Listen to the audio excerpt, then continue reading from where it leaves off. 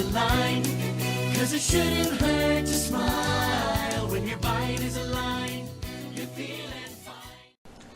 These are Allison's top 3 symptoms in terms of affecting your quality of life. But in reality, she had all of these other symptoms also. And this is the pattern of pain that she drew, showing which areas are most severe pain and less severe pain and so on. During palpations, where we put pressure to check the areas, 28 out of 44 were painful.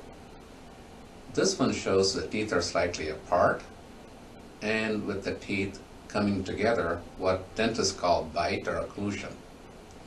And she also had a splint made by a different doctor that she had for a couple of years. This is the current splint. That hasn't helped much, according to her. And this is the splint from the other view, seen from the other side. Again, this is the current splint that she presented with. The analysis of the jaw shows it is narrower. The gold line shows the optimal shape of the jaw. The teeth are a little narrower. On the lower jaw as well, they should ideally be at the gold line. This one shows the CT scan of both joints. They're very compressed and pushed back and not enough room for the joint. Here it shows the eyes and shoulders are not level. We analyze the whole body. This is looking from the side. Ideally, ear should be on the green line.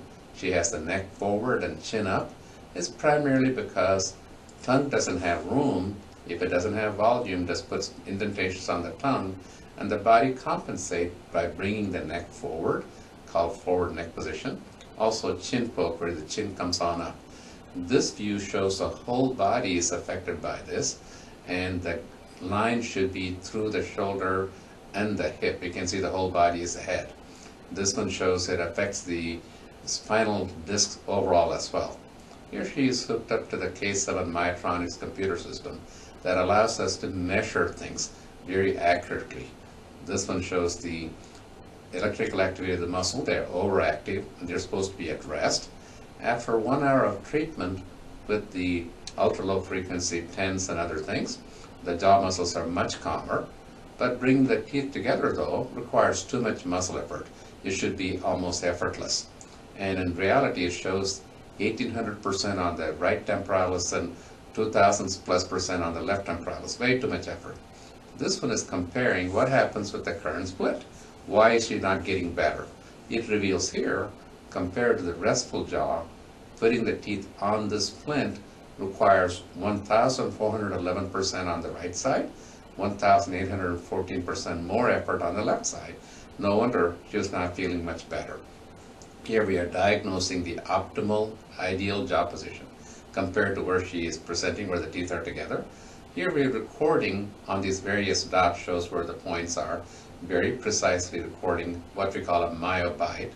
Now with the myobite in her mouth, the muscles are much calmer, and now we can compare to the natural teeth on the myobite. If only the jaw and neck are in this position, muscles are a whole lot calmer. 96% on both right and left temporalis. These are the muscles that move the lower jaw in posture. Here it shows the diagnosed position on how the upper jaw and lower jaw ideally should align.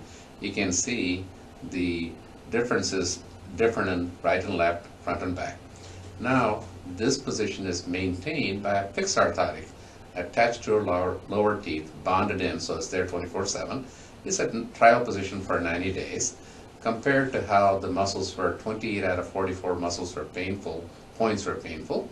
Within a very short time, it came down to 18 out of 44 were painful, and then even further, down to 7 out of 44 points were painful, showing different ways of showing improvement.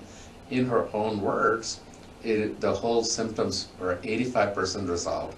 This way we know we got the problem resolved.